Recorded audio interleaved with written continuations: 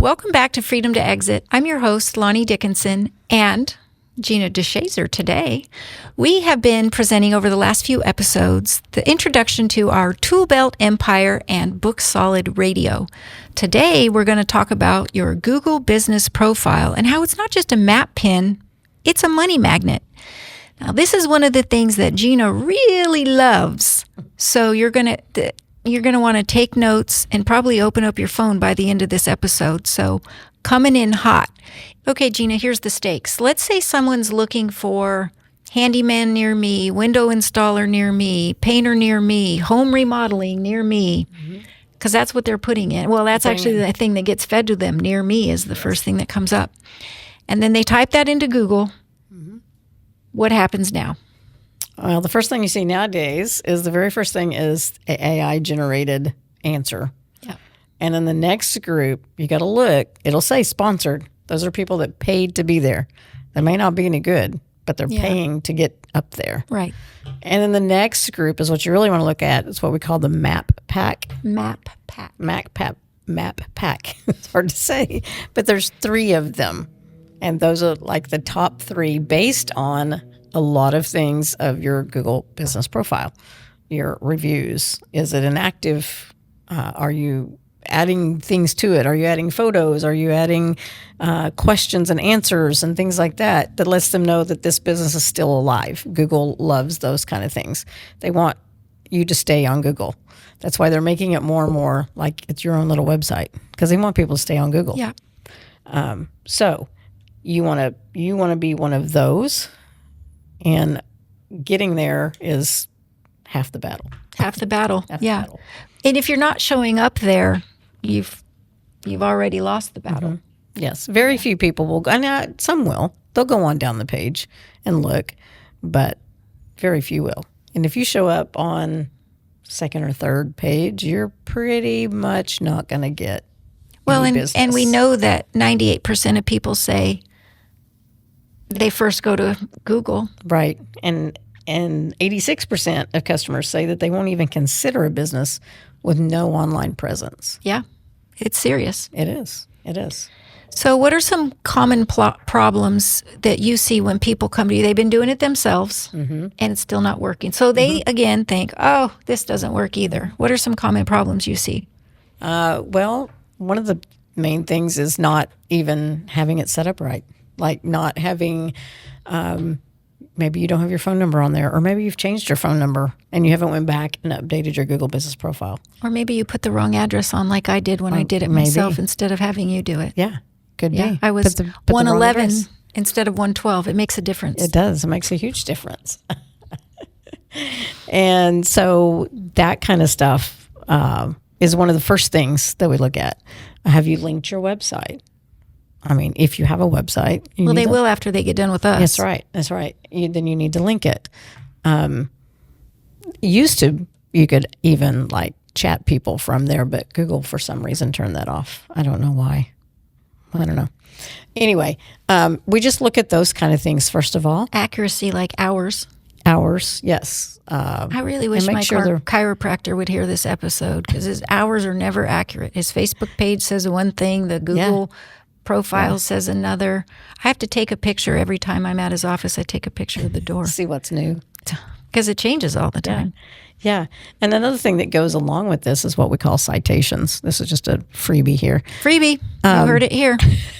And a citation is your information is out there on places you don't even know. Oh. I mean, Google, Bing, Yahoo, and there's tons of other ones that we can run a report and show you where these places are, and you're like, I don't even know this place is. Here's another freebie. Do you know who wrote the code for Bing?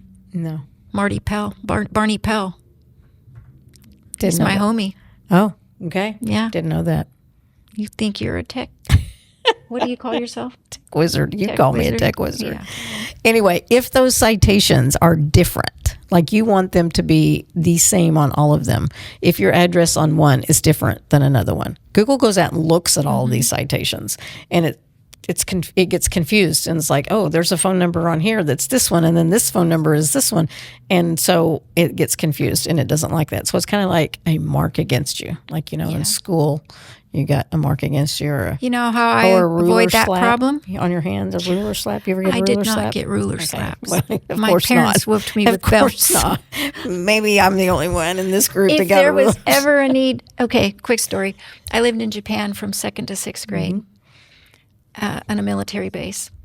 And I come home, and it's strict. I go to Department of Defense schools. If you get in trouble there, they call your dad's boss. It's not like you're not just getting a little note home. They call your dad's boss.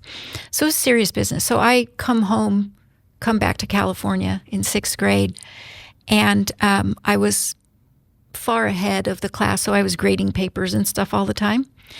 And I got asked to carry something to the office, and I saw a line of people lined up out the door getting paddled by the vice principal. And I was like, what in the world is this? The principal spanks you too? You don't anymore. Yeah, not anymore. Anyway, I got whooped with belts, and I turned out fine. Well, Google will ruler slap your hands if you get citations wrong in all these places. Yeah. You know how I deal with that for me? Because, I don't.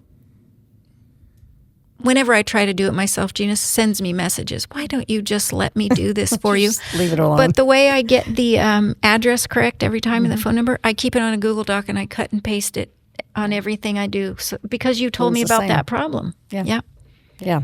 So there's little things like that we can go look and see and let you know why you're down here instead of up here. Yeah. So your good customers, you can also ask them to post pictures in their review. If you have a relationship, that I think really helps too. I wrote a Google review for a junk hauler guy, the Servant King. There's a plug, Chris. And he said, Lani, would you be willing to post pictures with your review? I was like, sure. So I took a few pictures. That review has been looked at over like 12 or 1,300 times. Wow. And he's like, that's what I need. I need more pictures. So ask your good customers to upload pictures. What about responding?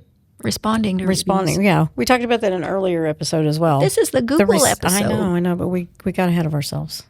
It was a leak. It was a leak. And so, yes, responding to the reviews. Google wants you to respond to every review, good or bad. Customers do too. Okay, I wish I'd looked these stats up. I said that in another episode.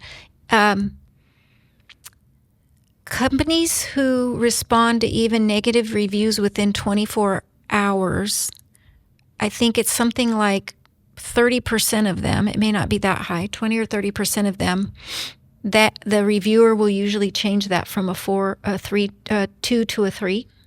They won't probably give you a 4, but a 2 to a 3.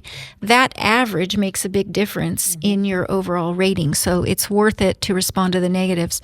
And then there's another percentage I don't remember of people who discredit people who don't respond to the negative reviews. And for every negative review that's responded to, or every negative review that's responded to, it's something like an additional 3% click-through rate to your websites and your booking links if you have those things attached there. It's interesting. It's like, okay, everybody knows stuff happens. How does this business owner respond when stuff happens? Do they make it right? I'm a tech wizard for other people as well. And I know, right? But another one told me that she got more leads off of her responses to a bad review than she ever did off of the responses to the good ones. Proving my point. So, exactly. Proving your point. So, automating those reviews, I know we're going to talk about AI later in another episode, but using AI to answer those reviews, I know sounds scary to let someone else take over. And we've had people go, oh, I don't know. But once they do it and they see them, they're so good, such good responses that they're and like. how many hours back on their calendar? At least 2 hours a day of trying to think of how to answer them, how Google would want them answered, whereas an AI knows that. And so they're answering them, and even the bad ones. We had one get a bad review, and they were blown away at the politically correct. Because as a business owner, someone gives you a bad review, What is your first instinct? Yeah. Well, blah, blah, blah, blah, blah, blah. Defend, defend, defend. Yeah, I have my big HVAC client in my exit business. Yeah. My first meeting with him, I had done my whole assessment. He had already hired me, and then I came in, gathered information, I said, his name. Mm-hmm. You are not allowed to respond to the reviews anymore on Google or Glassdoor. Yeah. No more keyboard for you. Yeah. Because it's an instinct, it's natural instinct to defend yourself. Yeah. Whereas AI AI doesn't have feelings, so it just like presents it well. It knows how to say things politically correct. So Well, and it knows where we're trying to get them and all those things because we've trained it. right, Yeah. right. So You had, nope, that wasn't Google. You have a story about the lady who went on vacation, and when she came back, she was booked out for 2 weeks. Was that? that's automations. That was automations. It's not Google. Automations are important too.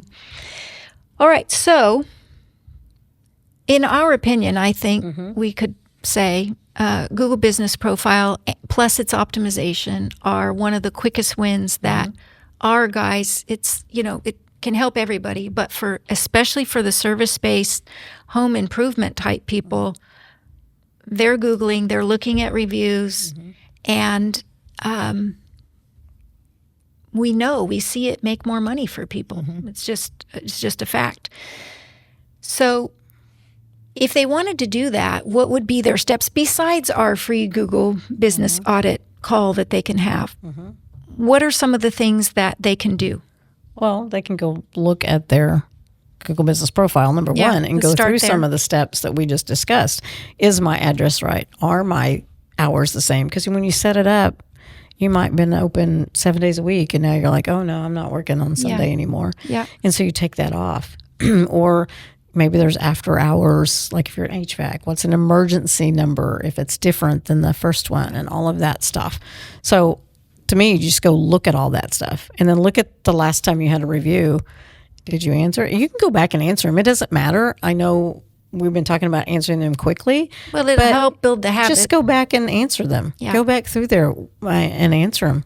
I've got a client that goes back and answers them that's been there for a long time. Oh, it's not been answered. Let's answer that. Add pictures of your truck. Maybe get in the habit of before and after job pictures of a job. Maybe you're remodeling something and before picture and after picture. I have a solar guy who sends a lot of solar, before and after. And I used to think, how many before and after solar panel pictures do we need? But guess what? It's a big deal. Yeah. I mean, solar panels are solar panels, but how did it look on this house? Yeah, exactly. So get in the habit of doing that and then uploading them there. So those are those are a few things that you can do on your own to move the needle of your profile. And when you want to get serious, you got to get this profile audit because we help you add the automation and all those things. We talk about reviews and how big they are, and they are. They're big. But you're like, and you tell someone, hey, go leave me a review. Well, how do they find that? Yeah. Well, that's the hardest part, is getting them to go to their phone or to their computer or whatever and Google you and then try to find where it says leave a review and click on it. And then it comes up and with this box and these stars and all that. So that's the hardest part. So the easiest thing to do, number one, do you have your card? We've got NFC cards. Yeah. Google card. And you just go tap this on their phone. Our podcast guy has the very same thing right here. He said it changed his life. 320 Creative changed his life because he doesn't have to hand out business cards anymore. His is the business card. You tap it on a phone and it just automatically goes to his link tree that has all the stuff. If they don't have that capability, then there's a QR code on the back that he can give them a good shot of that. They might need podcasts. Yeah. Hold it real still. Can you zoom in? And if you need podcast help. But ours also, we can program it to go directly to that box. It just automatically pops up. Right. With the review box and the starred thing. They don't have to even think about it. This helps with everything, not just Google Profile. I know this because all of my rentals in Jacksonville were just due for their termite inspections for the insurance. and I got a notice that it was my final time to pay or whatever. You know how I am. If it's not on automation, it doesn't happen. That's right. And I emailed them twice. I said, can you send me a link to pay? And they said, oh, you got to go look in your junk box. It's on the invoice. There's the address. There's still mailing, waiting for checks from across the country. Yeah. Oh, my gosh. Everything needs to be a link directly to what you want them to do. Busy people are not going to chase it down for you. Exactly. So, so we've got easy ways. And a lot of people are like, it's hard. It's a hard ask. Hey, can you go review me? I mean, did you like this? I mean, they're afraid they're going to go, have you done the review yet? That's not even going to come, right? Yeah. They're afraid they're going to go, heck no, you were awful. I'm not going to do that. That's the worst thing they're worried about is like, it feels like, like we're begging for validation or something. And that's a big deal. But also if it comes when we'd rather be going to sleep, going to dinner with our family, going to the ballet recital, all the things we'd rather be doing, it's going to fall to the bottom. Right. Yeah. Right. If you have a store, if someone can come to you, then we can put it on and you've seen them in stores. It's like a little stand with the Google. Yeah. And you just tap your phone on it and it automatically goes there. Yeah. We've had waitresses take them. And when they take take your card back after you've paid if you've enjoyed your meal, we wouldn't mind and they lay it there and they just say, just tap your card on that and it'll take you and you can leave a review. And then they come back and pick up the card. So a lot of ways we can help you make that an easier ask and an easier response from your customers. And then the automation will respond in just a few minutes. Automation responds and answers it. You could also set up an automation that goes to them that thanks them, Yeah, and gives them you can incentivize and them. Gives them a reason to keep doing business with you. Yes, and ask them if they have a friend that needs their business. Please Referral. tell them about it. Automate that. Anyway, we could go on all day about automations. So if you don't know how your Google listing looks and you didn't know some of this information or you haven't touched it in months, let us know. We can help you. We'll run a free Google Business Profile audit. And it'll show you exactly what's helping you and what's hurting you and what you need to do to optimize it and all of that. You can also go to the link that's in the show notes and download our 6 hidden leaks in your business that are bleeding you dry and how to fix them fast. Because showing up is the first step. Converting those leads, knowing where the money's going, all those things they still need to be taken care of. In the trades, you know this better than we do. People judge what they can see.